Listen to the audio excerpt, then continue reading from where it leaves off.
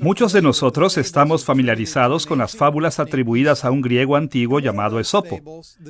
En una de esas fábulas, La tortuga y la liebre, una liebre presumía constantemente de ser la más veloz de todos los animales.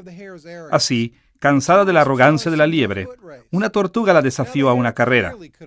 Obviamente, la liebre podía ganar fácilmente, pero por estar tan segura de su victoria, tomó una siesta a la mitad de la carrera. Y mientras la liebre estaba durmiendo, la tortuga cruzó la línea de meta antes que ella. De cierta manera, muchos cristianos que vivían en la ciudad de Corinto durante el primer siglo eran como la liebre de la fábula de Esopo. Así como la liebre se sentía ganadora antes de que la carrera hubiera terminado, muchos creyentes corintios se sentían ganadores antes de que la carrera de sus vidas cristianas hubiera terminado. Ellos veían su prosperidad terrenal y sus especiales dones espirituales y se engañaban creyendo que el Señor los había hecho superiores a todos los demás. Ellos pensaban que Dios los había bendecido mucho más que a otros cristianos que tenían menos tesoros terrenales y dones espirituales menos espectaculares. Esta es la cuarta lección en nuestra serie, El corazón de la teología de Pablo. Y hemos titulado esta lección, Pablo y los Corintios. En esta lección veremos cómo Pablo se dirigió a esos cristianos orgullosos en sus cartas, ahora conocidas como Primera y Segunda de Corintios. Aunque Pablo tenía muchos problemas específicos que tratar, él centró la mayor parte de su atención de esas cartas en la fuente principal de todos sus problemas, la creencia falsa de que algunos de ellos ya habían cruzado la meta de llegada de la vida cristiana, mientras que en realidad la carrera aún seguía. Nuestro estudio de Pablo y los Corintios se dividirá en tres partes. Primero, veremos el trasfondo de las cartas de Pablo a los Corintios. Segundo, examinaremos la estructura y contenido de Primera y Segunda de Corintios. Y tercero, veremos cómo las cartas de Pablo revelaron una de sus perspectivas teológicas centrales, su doctrina de los últimos días o su escatología. Veamos primero el trasfondo de las cartas de Pablo a los Corintios. El apóstol Pablo escribió sus cartas para dirigirse a situaciones específicas que surgieron en diferentes iglesias. Así que, cuando vemos Primera y Segunda de Corintios, debemos hacer algunas preguntas básicas. ¿Qué estaba pasando en la iglesia de Corinto? ¿Por qué Pablo les escribió a ellos? ¿Qué problemas estaban causando el tumulto? ¿Por qué Pablo tenía que escribirles tantas veces? Como leemos en Hechos capítulo 18, Pablo había plantado la iglesia corintia durante un viaje misionero anterior y había vivido en Corinto por lo menos 1 año y medio en esa ocasión. Pero después de su salida, los corintios cristianos se olvidaron de algunas de las enseñanzas de Pablo y otras las aplicaron mal. Como resultado, surgieron varios conflictos significantes y problemas en la iglesia. Muchos de los problemas que surgieron en Corinto provinieron de un malentendido de escatología. ¿Cómo había traído Cristo los tiempos venideros, los tiempos de salvación y vida? Muchos de los corintios habían llegado a creer que realmente habían recibido más de las bendiciones del futuro que nadie más. Ellos pensaron que ya habían recibido las bendiciones últimas de Dios. Para nuestros propósitos, veremos cómo este malentendido desencadenó 4 problemas eminentes. Primero, dañó las relaciones dentro de la iglesia. Segundo, la mala conducta sexual. Tercero, los abusos en el culto. Y cuarto, un rechazo a la autoridad de Pablo. Veamos primero el problema de las relaciones dañadas. Pablo mencionó varios tipos diferentes de relaciones dañadas en sus cartas a los Corintios, incluyendo cosas como rivalidad dentro de la iglesia, demandas legales entre los creyentes, indiferencia hacia los pobres entre ellos, y una desatención para ministrar a los pobres en Jerusalén. Veamos primero el problema de rivalidad. Antes de escribir Primera de Corintios, Pablo recibió un informe de que los creyentes en Corinto estaban unos en contra de otros, identificándose cada quien con el maestro que mejor les pareciera. Escuche la manera en que Pablo describió su actitud en 1 Corintios capítulo 1, versículos 12 y 13. Quiero decir que cada uno de vosotros dice, yo soy de Pablo, y yo de Apolos, y yo de Cefas, y yo de Cristo. ¿Acaso está dividido Cristo? ¿Fue crucificado Pablo por vosotros? ¿O fuisteis bautizados en el nombre de Pablo? Pablo se pasmó de la mezquindad que dividió a estos creyentes. Después de todo, Pablo, Apolo, Pedro y Jesús enseñaron lo mismo, y era que Jesús era supremo, y que los apóstoles y maestros como Pedro, Pablo y Apolo eran sus siervos. Ellos no buscaron construir escuelas con rivalidad de pensamiento, sino construir la iglesia de Jesucristo. Como Pablo escribió en 1 Corintios capítulo 3, versículos 5 y 11. ¿Qué pues es Pablo y qué es Apolos? Servidores por medio de los cuales habéis creído, y eso según lo que a cada uno concedió el Señor.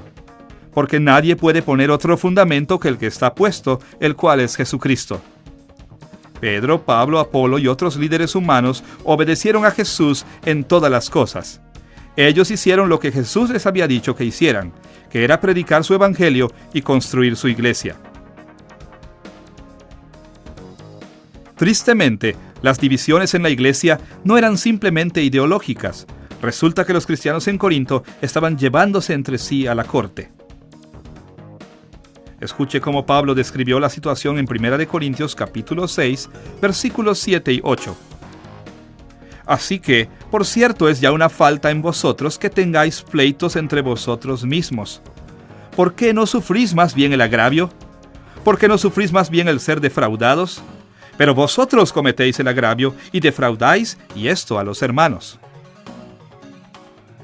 Esta falta de preocupación entre sí también era evidente en la manera que los pobres fueron maltratados en la cena del Señor.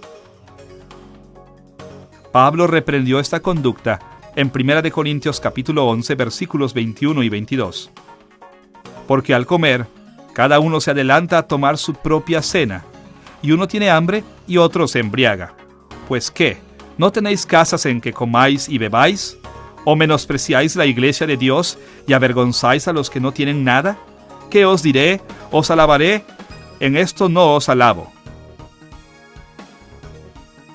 Tal egoísmo también llevó a una cuarta forma de relación dañada entre los cristianos: su abstención para recaudar fondos de ayuda que habían prometido a los cristianos necesitados en Jerusalén.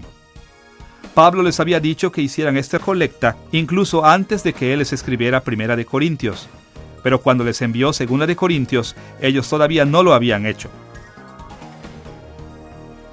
Escuche la exhortación de Pablo a ellos con respecto a este asunto en 2 Corintios capítulo 8, versículos 10 y 11. Porque esto os conviene a vosotros, que comenzasteis antes, no solo a hacerlo, sino también a quererlo, desde el año pasado. Ahora pues, llevad también a cabo el hacerlo, para que como estuvisteis prontos a querer, así también lo estéis en cumplir.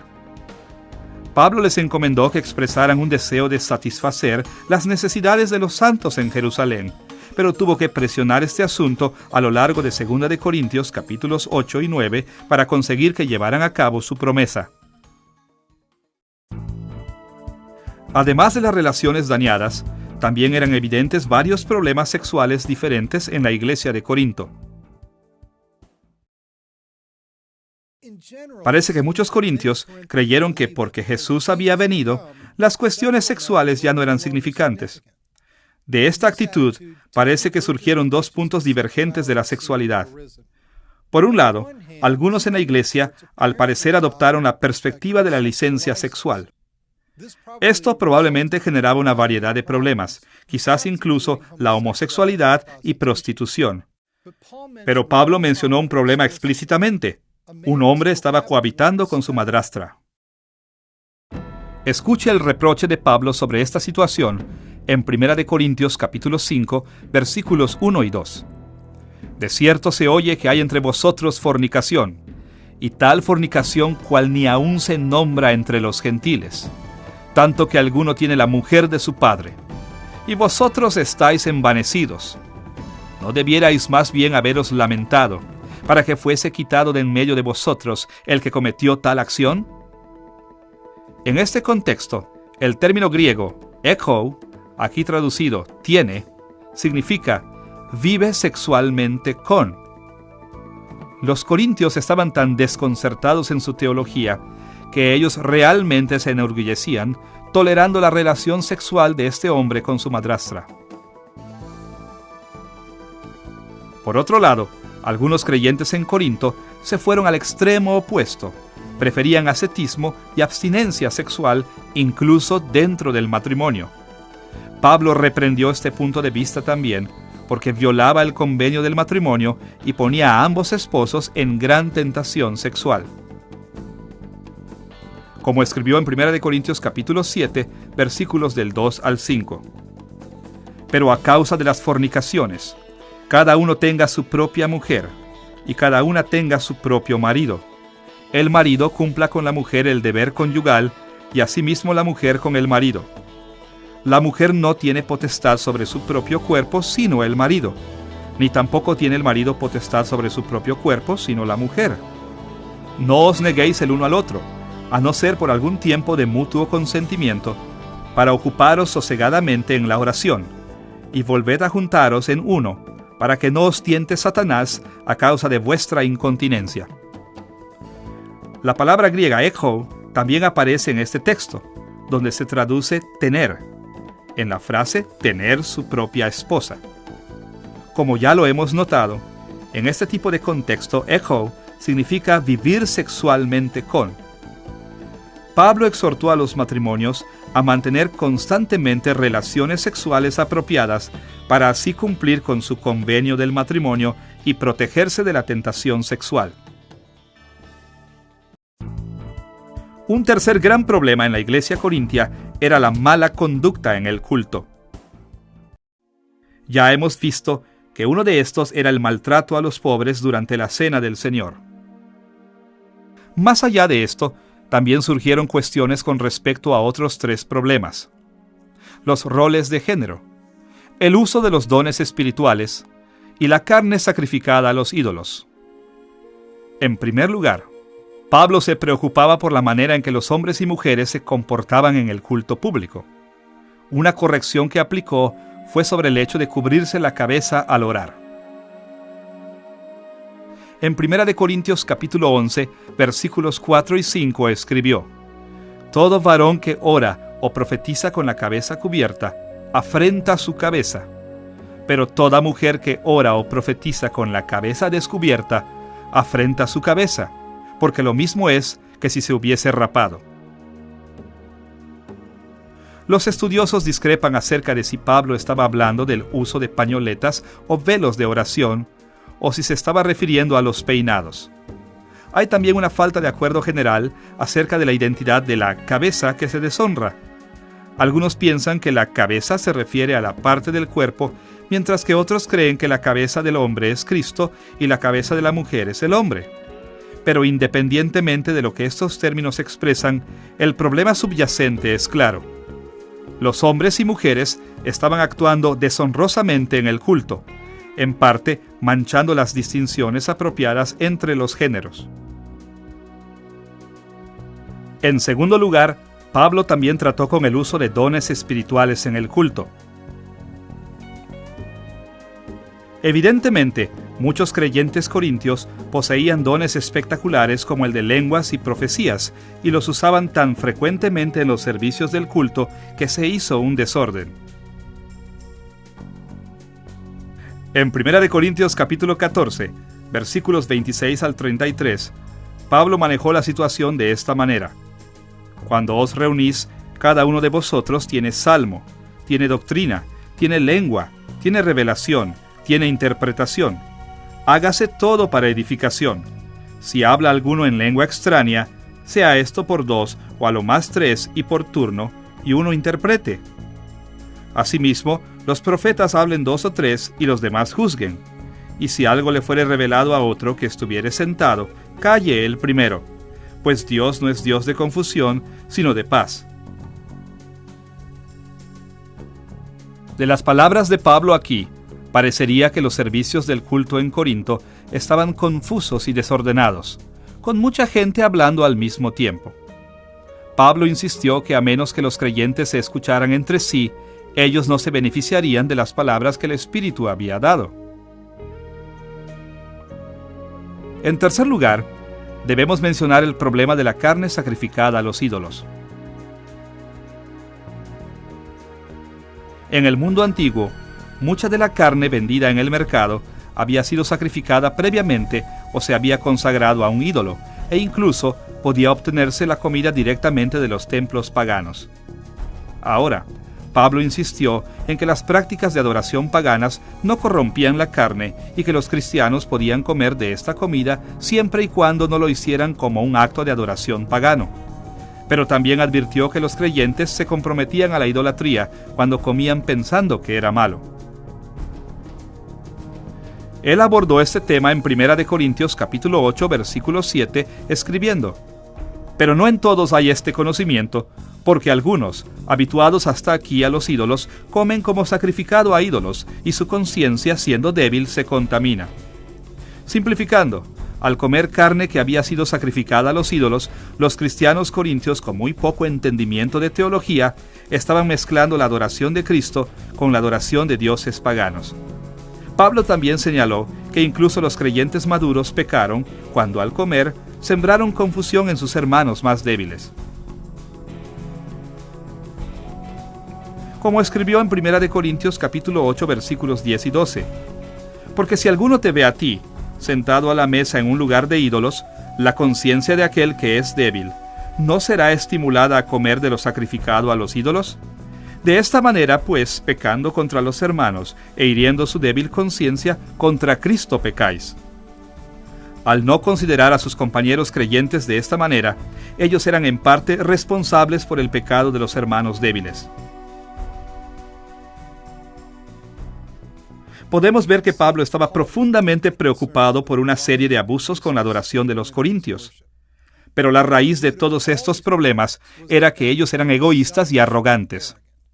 Ellos se negaron a dejar de complacerse, incluso cuando su indulgencia ocasionó que otros entraran en pecados terribles como la idolatría. Como veremos después en esta lección, esta negativa para honrar y respetar a otros era tan reprensible que a veces su adoración no tenía valor. El cuarto problema que debemos mencionar era el rechazo a la autoridad de Pablo como un apóstol. Este era quizás su mayor problema. Este problema aparece a lo largo de 1 y 2 de Corintios. Como ya hemos leído en 1 de Corintios capítulo 1 versículos 12 y 13, muchos en Corinto menospreciaban la autoridad de Pablo, levantando a otros líderes en rivalidad en sus diversos grupos de oposición. Lo que aún tenemos que ver es el hecho de que en ambas cartas Pablo tenía también que defender su posición de apóstol contra aquellos que buscaban desacreditarlo completamente. Por ejemplo, en 1 de Corintios capítulo 9, versículos 1 al 3, escribió: «¿No soy apóstol? Si para otros no soy apóstol, para vosotros ciertamente lo soy, porque el sello de mi apostolado sois vosotros en el Señor. Contra los que me acusan, esta es mi defensa». Y en 2 de Corintios capítulo 12, versículos 11 y 12, él insistió: «Pues yo debía ser alabado por vosotros, porque en nada he sido menos que aquellos grandes apóstoles, aunque nada soy. Con todo, las señales de apóstol han sido hechas entre vosotros en toda paciencia por señales, prodigios y milagros». Algunos de los corintios se habían vuelto tan engreídos que negaban la autoridad del mismo apóstol que realmente los había convertido. Y en su lugar, ellos ponían a los llamados superapóstoles, quienes realmente no eran en absoluto apóstoles. Estos apóstoles falsos decían tener la misma autoridad que Pablo y que los otros apóstoles legítimos, y enseñaban un evangelio falso que estaba haciendo que muchos corintios pecaran en su manera de pensar y de vivir. En 2 de Corintios capítulo 11, versículos 12 al 15, Pablo criticó a estos hombres malos muy severamente. «Mas lo que hago lo haré aún, para quitar la ocasión a aquellos que la desean, a fin de que en aquello en que se glorían sean hallados semejantes a nosotros. Porque estos son falsos apóstoles, obreros fraudulentos, que se disfrazan como apóstoles de Cristo. Y no es maravilla, porque el mismo Satanás se disfraza como ángel de luz. Así que no es extraño si también sus ministros se disfrazan como ministros de justicia, cuyo fin será conforme a sus obras. Pablo desmintió a estos hombres con palabras sumamente fuertes, porque él sabía que sus mentiras podían tener consecuencias mortales. Si los corintios creían en los apóstoles falsos y rechazaban las enseñanzas de Pablo, ellos negarían a Cristo y al Evangelio. Así que podemos ver que Pablo enfrentó varios problemas al escribir a los corintios. Como veremos, estos problemas estuvieron en el pensamiento de Pablo a lo largo de Primera y Segunda de Corintios.